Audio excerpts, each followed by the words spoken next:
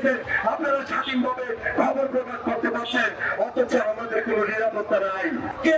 এই টেবিল থেকে সুস্পষ্টভাবে ঘোষণা করতেছি, সামনের রবিবারের পরের রবিবার পর্যন্ত যদি আমাদের মৌলিক অধিকার আমাদেরকে না দেওয়া হয়, সমগ্র বাংলাদেশের আহত যোদ্ধাদের পক্ষ থেকে, সমগ্র বাংলাদেশের শহীদ পরিবারের পক্ষ থেকে যদি এই অন্তর্বর্তীকালীন সরকার আমাদেরকে স্বীকৃতি দিতে ব্যর্থ হয়, এই 10 দিনের ভিতরে আমাদের জুলাই আগস্টের আন্দোলনকারী আহত এবং শহীদ পরিবারের সদস্যদের নিরাপত্তা দিতে ব্যর্থ হয়, উন্নত চিকিৎসার ব্যবস্থা করতে ব্যর্থ হয়, আমি মাত্র এই 7 দিনের সময় দিলাম অন্তর্বর্তীকালীন সরকারকে।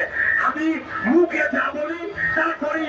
জুলাই আগস্টের আন্দোলনকারী আহত যোদ্ধাদের স্বীকৃতি, আহত শহীদ পরিবারের সুরক্ষা, আহত যোদ্ধাদের উন্নত চিকিৎসা, আহত শহীদ পরিবারের পুনর্বাসন, এই 4 দাবি আগামী রবিবারের পরের রবিবার পর্যন্ত বাস্তবায়ন না করলে আমি এই ফেসবুক লাইভ থেকে এবং এই মিডিয়ার সামনে থেকে ঘোষণা করলাম, আমি সামনের রবিবারের পরের রবিবারে আত্মহত্যা করব।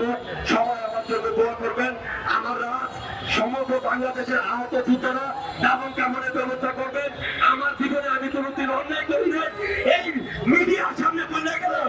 যারা এই শহীদের রক্তের বিনিময়ে দেশ পেয়েছে, যারা স্বাধীন দেশ পেয়েছে, তাদেরকে আমরা এই উপদেষ্টার চেয়ারে বসাইছিলাম যোগ্য মনে করে, কিন্তু আসলে তাদেরকে যোগ্য মনে করে এই জন্য বসেছি তারা আমাদের পাশে থাকবে, কিন্তু এটা তারা চায় না।